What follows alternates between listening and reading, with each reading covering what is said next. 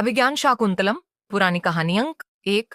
One में जन्मा प्रेम एक घना शांत वन जहां नदियां कल कल बहती थीं, पशु निर्भय घूमते थे और राशियों का आश्रम तपोभूमि था।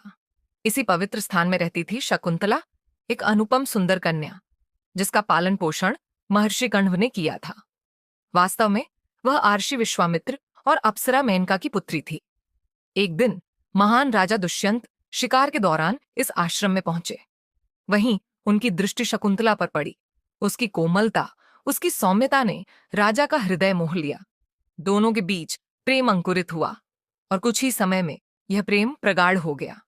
राजा ने शकुंतला से गांधर्व विवाह किया, जहां केवल प्रेम साक्षी होता है, कोई विधि विधान नहीं। जाते समय दुष्यंत ने शकुंतला को अपनी मुद्रिका अंगूठी दी और वचन दिया कि शीघ्र ही वे उसे लेने आएंगे।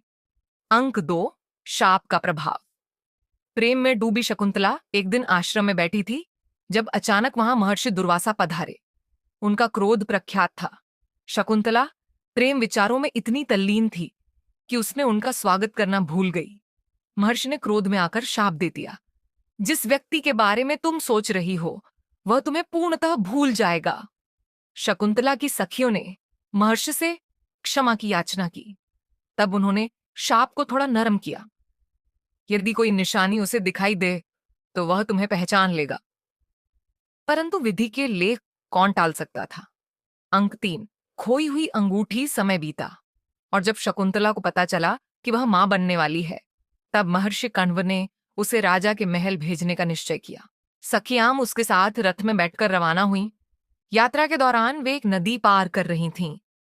हाथ धोते समय शकुंतला की अंगूठी पानी में गिर गई और लहरों में विलीन हो गई।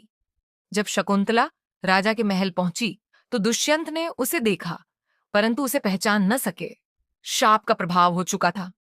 मैं तुम्हें नहीं जानता, तुम्हारे आरोपों का कोई प्रमाण नहीं है, राजा ने कहा। शकुंतला के हृदय पर यह वज्रपात था। अपमानित और दुखी होकर वह वापस वन को लौट गई।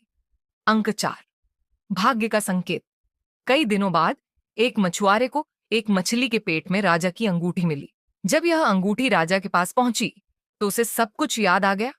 पश्चाताप से भरा दुष्यंत अपने प्रेम की खोज में वन की ओर निकल पड़ा। अंक 5, पुनर्मिलन। लंबे समय के बाद राजा ने शकुंतला को अर्षि मरीचि के आश्रम में पाया। वहां उनका पुत्र भरत खेल रहा था, सिंहों के दांत गिनते हुए, बिल्कुल निर्भय। राजा ने शकुंतला से क्षमा मांगी। उसके प्रेम और समर्पण को देखकर शकुंतला ने उसे क्षमा कर दिया।